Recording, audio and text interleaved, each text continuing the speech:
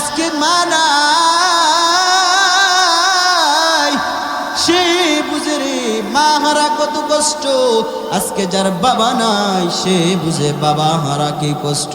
আজকে মাকে কষ্ট দাও, বাবাকে কষ্ট দাও, সন্তান তুই বুঝলি না মা তার আমার জন্য কি পরিমাণ কষ্ট করেছে। এই যে একটা সত্য ঘটনা, এই যে রাজশাহী মেডিকেল কলেজ হাসপাতালের মধ্যে কিছুদিন আগে একটা গর্ভবতী মহিলা বাচ্চা প্রসব হবে, এই সময় তাকে মেডিকেলের মধ্যে নিয়ে যাওয়া হয়েছে। মেডিকেলের মধ্যে যাওয়ার পর ওই গর্ভবতী মহিলা চিকিৎসা করবে, তাকে চেক আপ করানো হলো, বাচ্চা জমিনের মধ্যে আসবে, তার সব রিপোর্টগুলো বের হইল। ডাক্তারেরা রিপোর্টগুলো দেখার পর বড় আশ্চর্য হয়ে গেছে। এরপরে বলে রে এই মহিলার স্বামী একটু তার কাছে আমরা যাব। ওই জায়গার লোকজন বলে এই মহিলার স্বামী নিচতলার মধ্যে গেছে।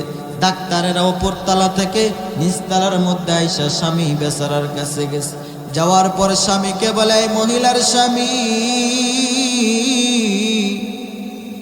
একটা খবর। এই মহিলার স্বামী বলে ডাক্তারেরা বলেন কি খবর? বলে যে রে তোমার স্ত্রীর আমরা রিপোর্ট পাইলাম, এই রিপোর্টগুলো দেখার পর তুমি একটা আমাদেরকে সিদ্ধান্ত দেবা। বলে কি সিদ্ধান্ত? ডাক্তার ডাক দেয়া বলে এই স্বামী বলো তুমি তোমার স্ত্রীকে বাঁচাবা নাকি তোমার সন্তানকে বাঁচাবা?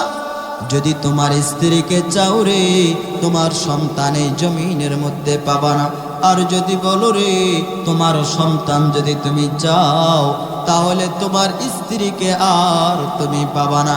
বলেন তো দেখি এইরকম ঘটনা ঘটে কি ঘটে না? বাচ্চা প্রসব হবে, মা দুনিয়া থেকে চলে যায়,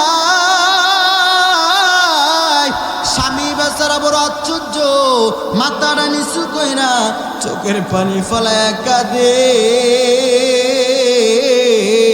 ডাক্তারেরা কোনো পরামর্শ পাইলেন না, এইদিকে তাদের হাতে সময়ও নাই, চইলা গেলেন ওই মহিলার কাছে। গর্ভবতী মহিলার সামনে গিয়ে একজন ডাক্তার আর একজন ডাক্তারকে বলতেছে ও ভাই এই বৃক্ষটাকে বাঁচায় রাখো, কারণ এই বৃক্ষটা যদি বাঁচিয়ে থাকে তাহলে পরবর্তীতে এর ভিতর থেকে ফল পাওয়া যাবে। অর্থাৎ মাটা যদি বেঁচে থাকে পরবর্তীতে সন্তান জমিনের মধ্যে আসবে। সন্তান যদি চলিয়া যায় তাও কোনো সমস্যা নেই। হঠাৎ করে গর্ভবতী মহিলার কানে আওয়াজ শুনতে পায়া বলে ও ডাক্তাররা তোমরা এটা কি বলেছো? তোমরা আমার সন্তানকে মেরে ফেলবা, আমি মাকে বাঁচায় রাখবা। ডাক্তারের সাবধান, খবরদার খবরদার, আবার সন্তানকে তোমরা মারবা না। মাটা পাগলের মতো চিৎকার দিয়ে বলে রে ডাক্তার আজকে আমার যে সন্তান পেটের মধ্যে, ও ডাক্তার তোমরা কি জানো আমি মা 10টা মাস কিছু খাইতে পারি নাই, আমি মা ঠিকভাবে ঘুমাইতে পারি নাই। আমি আমার ফ্যামিলির মধ্যে থাকতাম, আমার ফ্যামিলির লোকজনেরা বাইরে ঘোরার জন্য যাইতো, আমাকে বলতো আমি যাইতাম না। কারণ কি জানো রে, আমার সন্তানের মায় বাইরে যদি যাই আমার সন্তানটা আঘাত পেতে পারে, আমার সন্তানের কষ্ট হতে পারে। অতএব গর্ভবতী মহিলা বলে রে আমি আমার সন্তানের মায়ায় যাই না। আমি মা যখন খাইতে বসতাম আমি মা পেট ভরে খাইতে পারতাম না, আমি মা ঠিকভাবে বাথরুমও করতে পারিনি। গভীর রাত্রে ঘুমাইতাম, চোখে ঘুম ধরলে আমি মা ঘুমাইতে পারি না। কারণ জানো রে ডাক্তার আমি যদি মা যদি ঘুমায়া যাই আমার সন্তান এই গর্ভে থাকা অবস্থায় আমি মা যদি একটু লড়াচড়া করি আমার সন্তানটা আঘাত পাবে। এ ডাক্তার আমি মা 10টা মাস ধরে কিছু খাইতে পারি না, আমি মা 10টা মাস ধরে ঘুমাইতে পারি না, আমি আমার সন্তানের জন্য তো স্যাক্রিফাইস করে চলেছি, ডাক্তার রে আজকে তোরা আমার সন্তানকে মেরে ফেলবি। না রে ডাক্তার, না না না, আমি মা চলে যাইতে রাজি, আমার সন্তানটার যেন চুল পরিমাণও আঘাত যেন না হয়। ডাক্তারদেরকে বলে আমি মা চলে যাব, আমার সন্তানটা বেঁচে থাকবে, কারণ আমার সন্তান জমিনের মধ্যে থাকলে আমার সন্তানটা মাদ্রাসায় লেখাপড়া করবে, আমার সন্তানটা কোরআনের হাফেজ হবে, কোরআনের আলেম হবে। আমি মা কবরে শুয়ে থাকবো, আমার সন্তান আমার কবরের সামনে গিয়ে দোয়া করবে, রব্বির হামহুমা কামা রব্বায়ানি সগীরা। এ বলো না রব্বির হামহুমা কামা রব্বায়ানি সগীরা। আমার সন্তান এইভাবে দোয়া করতে থাকবে। অতএব আমার সন্তানের ওসিলায় যদি আমার মাওলা যদি আমাকে মাফ করে আমার আল্লাহর জান্নাতে দিয়ে দেয়, আমি মায়ের জন্য আর কোনো চাওয়া না। মা ডাকতে বলে ডাক্তার আমি চলে যাইতে রাজি, আমার সন্তান যেন কোনো ক্ষতি না হয়। এরপরে মাটা দুনিয়া থেকে চলে গেল, সন্তান জমিনের মধ্যে থাকলো। এ বাপ একটু ভালো করে শুধু চোখ দুটো একটু বন্ধ করে চিন্তা করো, মা সন্তানের জন্য কি পরিমাণ কষ্ট করে রে। মা সন্তানের জন্য ঠিকভাবেও খাইতে পারে নাই, সন্তান জমিনে আসে, মা খাইতে বসে, প্লেটের মধ্যে সন্তান পায়খানা প্রসাব করে দেয় কি দেয় না, মার খাবারটা নষ্ট হয়ে যায়। ওই প্রসব বেদনায় মায়ের কেমন কষ্ট জানো, মা ওই সময় কি পরিমাণ কষ্ট পাই জানো। সাত আসমান সাত জমিন মনে হয় মায়ের বুকের মধ্যে চাপায়ে দেওয়া হয়েছে, এতটা কষ্ট রে। মায়ের কষ্ট বুঝবে না, জমিনের মধ্যে মাকে কষ্ট দেওয়া যাবে না, ঠিক কিনা। জীবনে মূল কষ্ট মায়ের, প্রসব বেদনা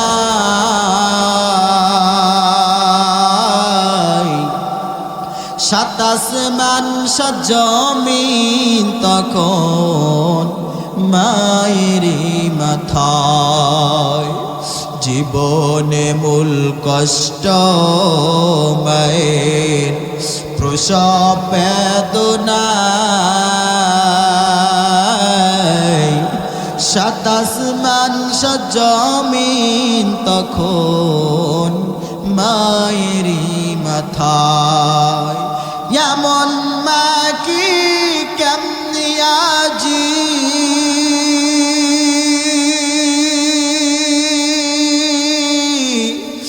এমন মা কি কেমনি আজি যাব আমি ভুলিয়া।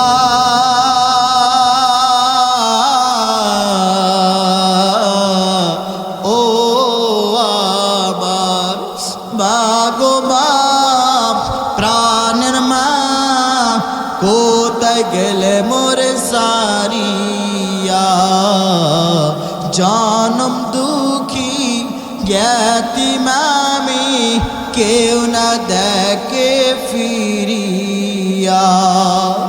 আমি যখন ছিলাম আমার মায়ের উদরে,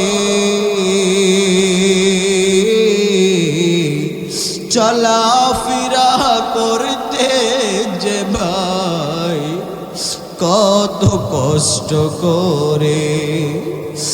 আমি যখন ছিলাম আমার মায়ের উদরে, চলাফেরা করতেন যে মায়ে কত কষ্ট করে।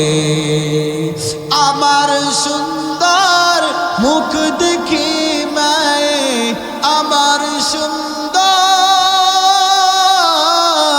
মুখ দেখি মায়ের, বেতা যাই যে ভুলিয়া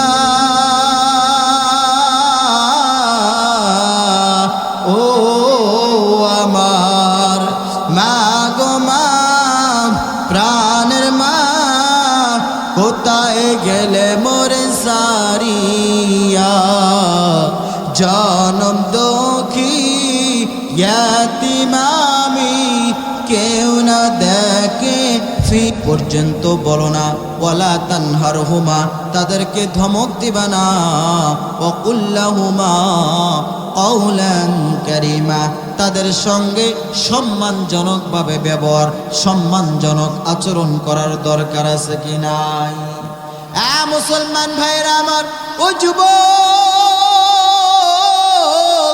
আমি আপনাদের পা দুটো আগায়া দেন পায়ে হাত রেখে যাই মায়ের দোয়া ছাড়া আজকে কিছু হতে পারো নাই বাবার দোয়া ছাড়া আজকে কিছুই হতে পারো নাই রে বাপ আমার নবী ইতিম ছিলেন আমার নবী মায়ের আদর পাই নাই আমার নবী বাবার আদর পাই নাই আমার নবী খেলতে যাইতো সব সন্তানদের বাবা ঈশা আমার সব সন্তানদের বাবা ঈশা সমস্ত সন্তানদেরকে চুমু দিয়া কানে কপালে চুমু দেদের কোলে নিয়ে বাড়িতে যাইতো আমার নবী এক পর্যায়ে একটা সাইডে যে কান্না করতো আম্মা জান মা আমিনা যখন যাইতো মা আমিনা খুঁজতে থাকে এই আমার মোহাম্মদ বেটা কই রে আমার মোহাম্মদকে কেন জানি পাই না কই কই আমার মোহাম্মদ ছোট্ট ছোট্ট বাচ্চাগুলো ডাক দেয়া বলে মোহাম্মদকে আমরা চিনি না তবে ওই খেলার মাঠের মধ্যে দেখতাম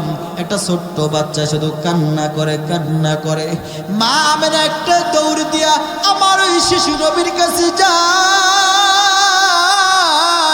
আমার নবীর কাছে গিয়ে বলে রে বেটা মোহাম্মদ কাঁদো কেন কি হয়েছে রে বেটা কাঁদো কেন কি হয়েছে নবী আমার ডাক দেয়া বলে মাগো ও মা মাগো তাকে দেখো সব শিশুদের মারা সব সন্তানের বাবারা আইসা কত সুন্দর কোলে নেয় চুমা দিয়ে দেয় আমার বাবা কেন আসে না কই আমার বাবা কই মা মেনা চোখের পানি ফলে কাঁদে আর কই বাবা তোর বাবা জমিনের মধ্যে নাই তোর বাবা আসবে না রে তোর বাবাই দুনিয়া থেকে চলে গেছে আমার নবীর মন মানে না আমার নবীর মন মানে না আমার নবী কয় ও মা না আমি আমার বাবাকে চাই আমার বাবা ছাড়া এই জায়গা থেকে আমি যাবো না মাগো আমার বাবারে আইনা দাও এরপরে শিশু নবীর এই কথা শোনার সাথে সাথে মা ডাক দেয়া বলে বাবা তোমার বাবা আল্লাহর ডাকে সারা দিয়ে চলে গেছে রে কবরের মধ্যে শুয়ে আছে বলো তুমি যদি কবরে যাইতে চাও আমি মা তোমাকে কবরের মধ্যে নিয়ে যাব এরপরে মা এই কথা বলার সাথে সাথে শিশু নবী আমার মাকে বলে ঠিক আছে মা চলো চলো আমারে নিয়ে যাও চলো মা আমি আমার বাবার কবর জিয়ারত করব এরপরে দাদা আব্দুল মুত্তালিবের কাছে যাওয়ার পর বলে ও শ্বশুর আব্বা আমার সন্তান মোহাম্মদ তার বাবার কবর জিয়ারত করতে যাবে এরপরে খাদেমা একজন তার সাথে দিলেন ঘোড়ার মধ্যে উঠিয়া তিনজন সওয়ার করলেন কবর জিয়ারত করতে গেলেন কবর জিয়ারত করার সময় আমার নবী কেমন কাঁদে জানো আমার নবী বলে বাবা গো তুমি বড় নিষ্ঠুর আমাকে সারা একা একা ঘুমায় আসো বাবা রে একটু আসো না আমার একটু কোলে নাও না রে বাবা আব্বা গো আমি তোমার কতদিন হয়ে গেল দেখি নাই আমার আল্লাহ তাআলা জিবরাইল আমিনকে ডাক দিয়া বলে জিবরাইল যাও যাও রে আমার বন্ধু মোহাম্মদ ও তো কাঁদতে কাঁদতে পুরো একদম কাঁদতে কাঁদতে সে তো মারা যাবে যাও যাও তাকে সান্ত্বনা দিয়ে আসো জিবরাইল আমিন আয়েশা আমার শিশু নবীকে সান্ত্বনামূলক কিছু কথা বললেন মা এবারে ডাক দেয়া বলে রে সন্তান চলো বাড়িতে যাব। মা যাওয়ার সময় হঠাৎ করে মা আমেনার পেটের মধ্যে এত ব্যথা, ঘোড়া থেকে নামে গেলেন, সন্তানকে ডাক দেয়া বলেন, সন্তান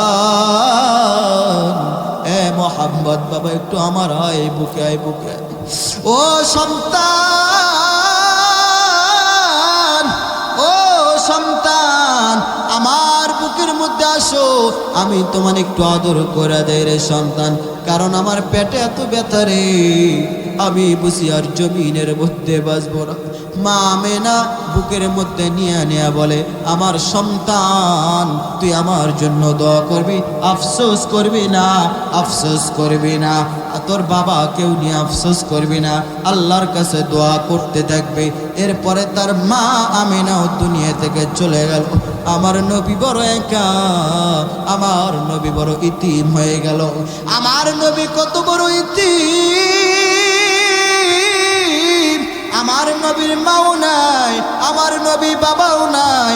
আমার নবী মাঝে মাঝে কান্না করে আর বলে, আজকে যদি আমার মা থাকতো রে, আজকে যদি আমার বাবা থাকতো রে, আমি আমার মায়ের খেদমত করতাম, আমি আমার বাবার খেদমত করতাম। একজন সাহাবী আমার নবীকে প্রশ্ন করে, হুজুর আমার বলেন তো দেখি সবচেয়ে বেশি হকদার কে? বলে তোমার মা। বলে তারপর কে? বলে তোমার মা। বলে তারপর কে? বলে তোমার মা। তোমার মা সবচেয়ে বড় হকদার। তিনবার মায়ের কথা বলেছেন, চতুর্থবার বাবার কথা বলেছেন। অতএব বাজার, মাকে কষ্ট দেওয়া যাবে না। মায়ের মর্ম কেন বুঝো না রে সন্তান? আজকে তুমি টাকাওয়ালা হয়ে গেছো, মাকে ভালোবাসতে চাও না, বাবাকে ভালোবাসতে চাও না। অতএব বাজানা শরী একটু মায়ের কথা চিন্তা করে, বাবার কথা চিন্তা করে একটু মা বাবার জন্য দোয়া করি। রব্বির হামহুমা কামা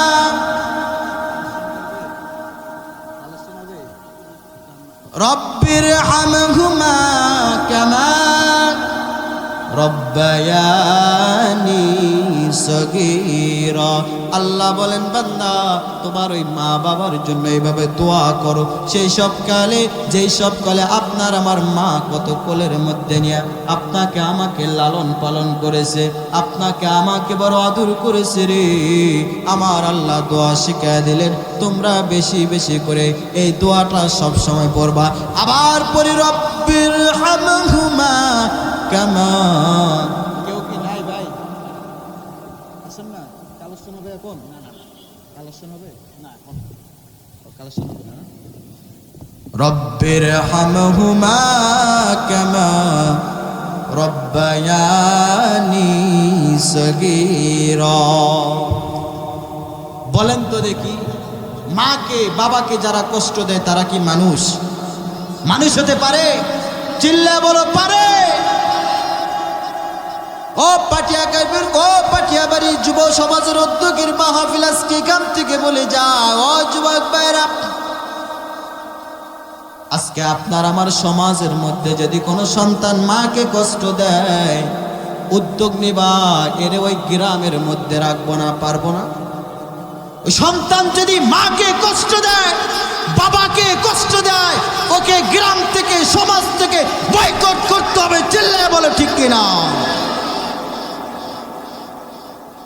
যে মায়া তো কষ্ট করে লেখাপড়া করালো, তুমি কেমনে তোমার মাকে কষ্ট দিলা, বাবাকে কষ্ট দিলা?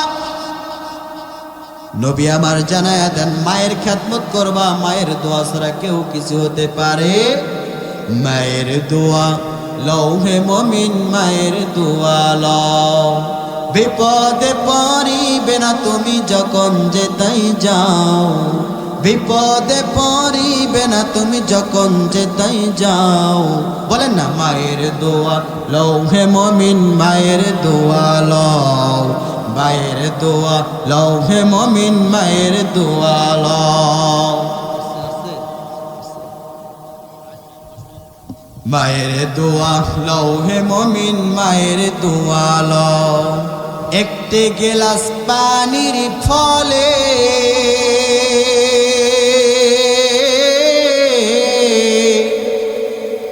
বাইজিদেরই কোলে তুলে হাত তোলে মা বলে বাজিদিরে ওলি বানাও, হাত তোলে মা বলে বাজিদিরে ওলি বানাও। মায়ের দোয়া লও হে মমিন, মায়ের দোয়া লও। যাহা কিছু হও না কানে,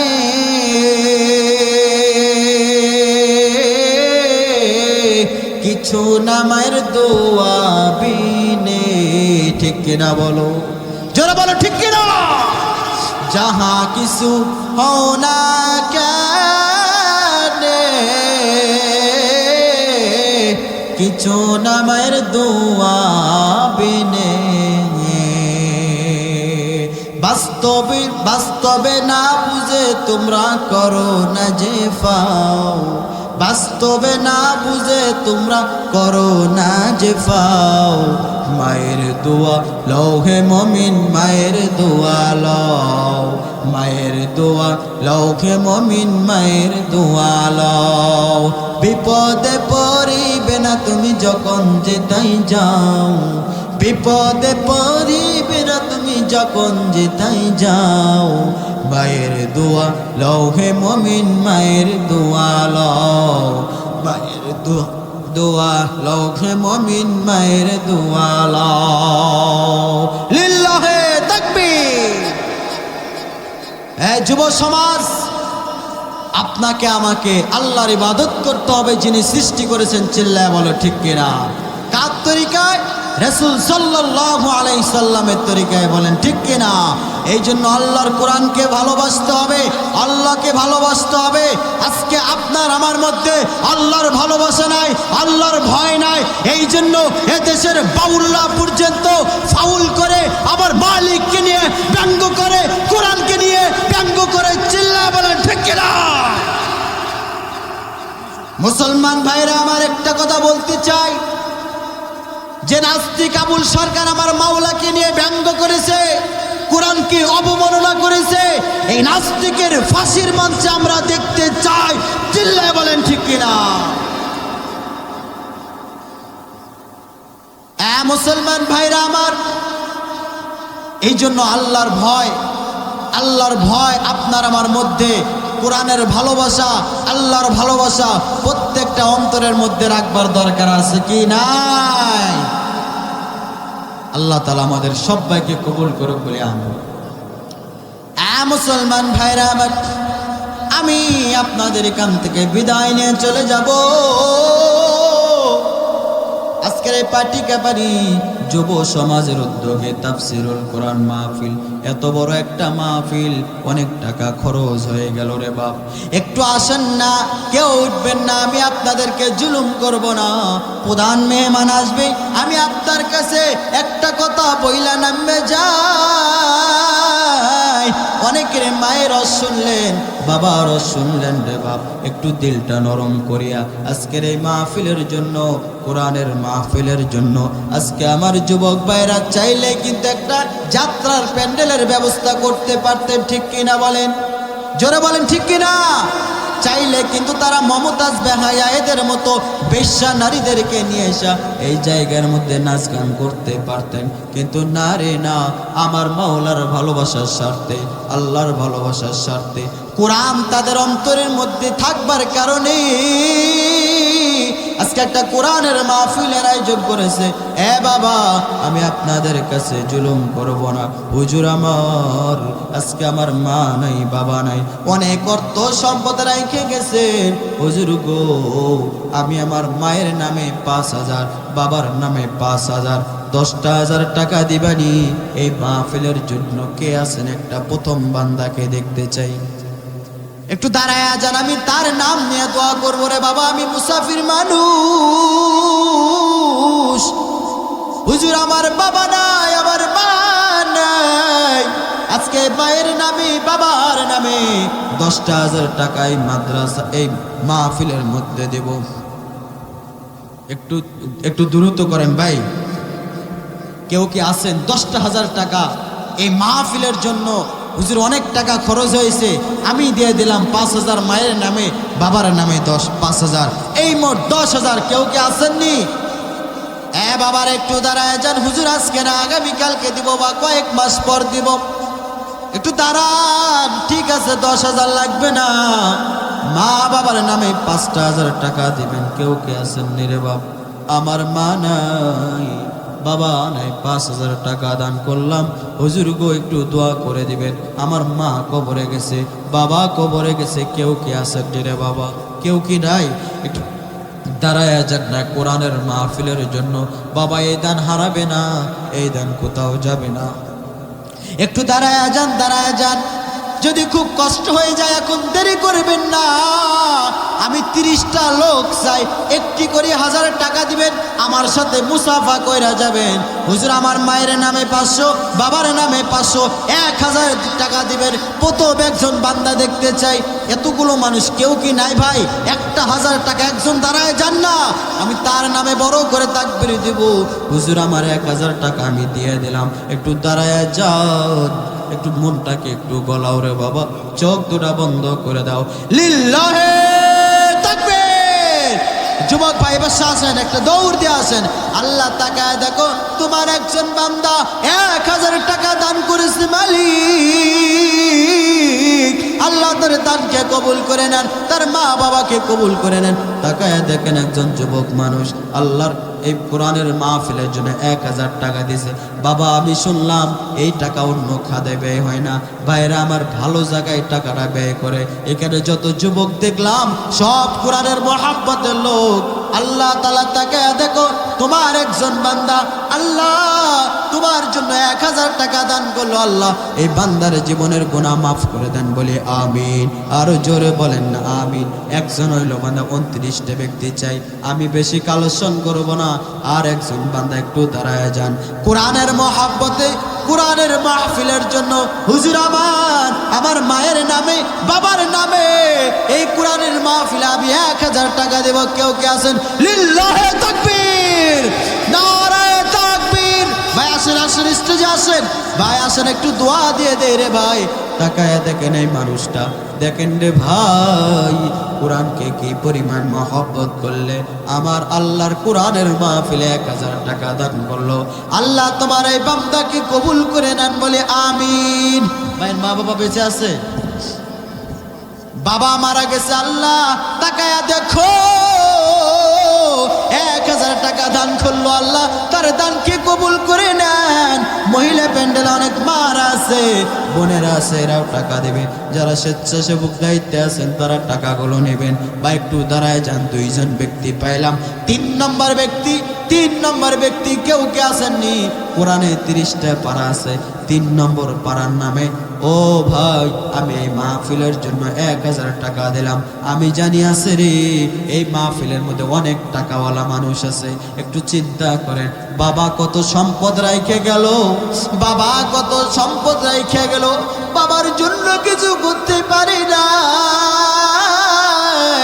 মায়ের জন্য কিছু করতে পারি নাই। হুজুর আমার 1000 টাকা দিলাম আমার মায়ের জন্য, বাবার জন্য। কারণ আমি আমার মার আদর পাই নাই, বাবার আদর পাই নাই। অথবা মাও বেঁচে আছে, বাবাও বেঁচে আছে, মা বাবা যেন সুস্থ থাকে, এই জন্য 1000 টাকা দিলাম। নিজের জন্য বিপদ বালা মুসিবত ওরাই না, এই জন্য দিয়ে দিলাম। হুজুর 1000 টাকা দিলাম। 3 নম্বর ব্যক্তি একটু দাঁড়ান না বাবা, একটু দাঁড়ান।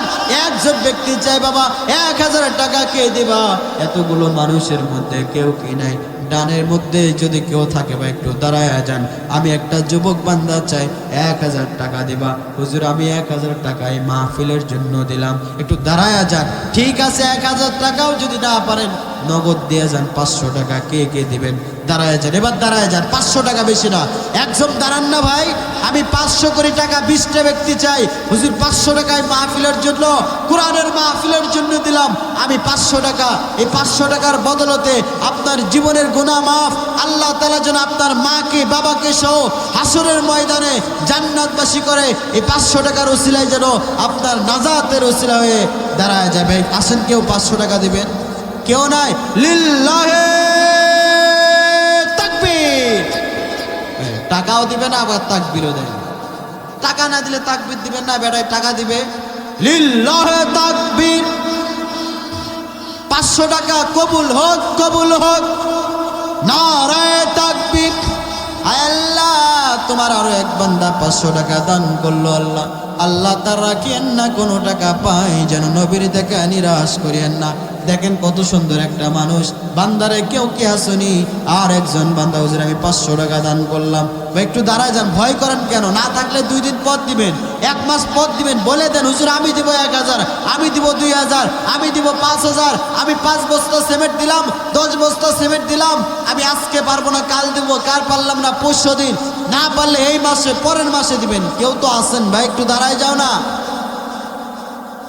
আফসোস, এমন একটা দিন আসবে দান করার জন্য দৌড়াবেন, জায়গা পাবেন না। এত টাকা পয়সা, এই টাকা পয়সা দিয়ে ঘুরবে, দান করার জায়গা পাবেন না। ভাই একটু দাঁড়ায় যান, টাকা পয়সা দিয়ে কোনো কিছু হয় না, টাকা পয়সা দিয়ে কোনো কিছু হয় না রে। সাহাবারা দানের মর্ম জানতো, সাহাবায়ে কিরামরা নবীজি আমার বলার সাথে সাথে কোন সাহাবী তার জীবনের অর্ধেক সম্পদ পর্যন্ত দান করে দিলেন, কোন সাহাবী 3 ভাগের 1 ভাগ দান করে দিলেন, আবার 1 ভাগ রাইকা 3 ভাগ দান করে দিলেন। প্রধান বক্তা চলে এসেছে, কেউ কি আসেননি? কেউ নাই? নারায়ে তাকবীর। প্রধান বক্তার আগমন, সাইয়েদে মাজহারুল ইসলাম কুমিল্লা সাহেবের আগমন, লিল্লাহে তাকবীর। জনপ্রিয় তরুণ আলোচক ইসলামিক বক্তা সাইয়েদে মাজহারুল ইসলাম সাহেবের আগমন। আজকের মাহফিলের পক্ষ থেকে লিল্লাহে তাকবীর, নারায়ে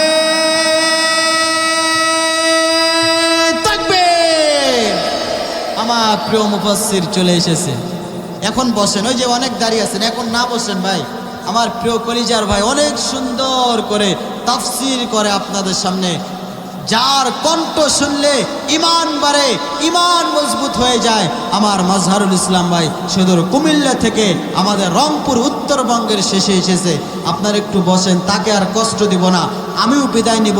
ভাইজান কেউ কি নাই? ইনাকে বসে রেখে আসলে এখানে কথা বলা, কালাস্বর করা চরম বেদবি মনে করি। কেউ কি আছেন? কেউ কি আছেন? কেউ কি নাই? আল্লাহ, ঠিক আছে, পরবর্তীতে মাহফিল কমিটিদেরকে আপনারা দিবেন ইনশাআল্লাহ। তাহলে ইবাদত করতে হবে কার? আল্লাহর ভয় অন্তরে রাখবার দরকার আছে কি? বলেন তো দেরি, এইরকম নেতাগুলো যদি পার্লামেন্টে যায়, সংসদে যায়, এদেশে জেনা থাকবে? জোরে বলেন। খোদার কসম করে বললাম, এই লোকগুলো যখন সংসদে যাবে, কোরআন যখন পার্লামেন্টে যাবে, 24 ঘন্টার জন্য যদি আপনারা আলেম ওলামাদেরকে এদেশের দায়িত্ব দিয়ে দেন, এদেশের দায়িত্ব দিয়ে দেন, খোদার কসম করে বললাম 24 ঘন্টার জন্য, 24 ঘন্টার মধ্যে দেখবেন এই দেশে জিনা থাকবে না, খুন থাকবে না, জুলুম থাকবে না, অত্যাচার থাকবে না। চিল্লায় বলে ঠিক কিনা? এই জন্য ঐক্যবদ্ধ থাকতে হবে। আল্লাহর কোরআনকে পার্লামেন্টে আমরা নিয়ে যাইতে কে কে প্রস্তুতি আছি? আল্লাহকে 2টা হাত তুলে দেখায় দাও, নারায়ে তাকবীর। আল্লাহ এই হাতগুলোকে কবুল করে নেন। এই জন্য যে নাস্তিককে গ্রেপ্তার করা হয়েছে, আমাদের স্লোগান থাকবে, এই নাস্তিকের ফাঁসি চাই। এই বাউলের নামে, ফাউলের নামে যারা পক্ষে নেবে, মনে রাখবেন সমান দোষী তারাও, ঠিক কিনা? এই বাউলের পক্ষে যারা জামিন করার চেষ্টা করতেছে, মনে রাখবেন এদের ঈমান নাই। এরা যদি মুসলিম দাবি করে, আবার তাদের কালিমা পড়ে মুসলিম হতে হবে। চিল্লায় বলো ঠিক কিনা? আল্লাহ তাআলা আমাদের হিদায়াত দান করুক, বলে আমিন। আল্লাহ তাআলা কোরআনের জন্য আপনাকে আমাকে সবাইকে কবুল করুক, সকলে বলে আমিন। প্রিয় ভাইরা, আমার জন্য দোয়া করবেন। আমি আপনাদের পীরগঞ্জের সন্তান, রংপুর পীরগঞ্জে বাড়ি। আপনাদের এদিকে অনেক প্রোগ্রাম, আবার আগামীকালকে আছে, প্রতিনিয়ত চলতে আছে। দোয়া চাই কোরআনের কথা যেন হক কথা দেশ বিদেশে যেন প্রচার করতে পারি। আল্লাহর কোরআনের সাথে যেন সম্পৃক্ত আপনি আমি সকলেই যেন থাকতে পারি। আল্লাহর ভয় যেন আপনার আমার মধ্যে থাকে। আল্লাহর কোরআন যেন সঠিকভাবে প্রচার করতে পারি। সকলে আমার জন্য দোয়া করবেন, বলি আল্লাহুম্মা আমিন। আপনার জন্য আমি দোয়া করব। বিদায় নিচ্ছি, দোয়া চাই, আবার চলে যাব যেন সুন্দরভাবে নিরাপদ সফরে যেন বিপদ আপদ অ্যাক্সিডেন্ট বালা মুসিবত থেকে যেন আল্লাহ তাআলা রক্ষা করে, যেন আমার গন্তব্যস্থানে পৌঁছার তৌফিক দান করেন বলি আমিন। সকলে ভালো থাকবেন, সুস্থ থাকবেন। ওয়া আখিরি দাওয়ানা আলহামদুলিল্লাহি রাব্বিল আলামিন। আসসালামু আলাইকুম।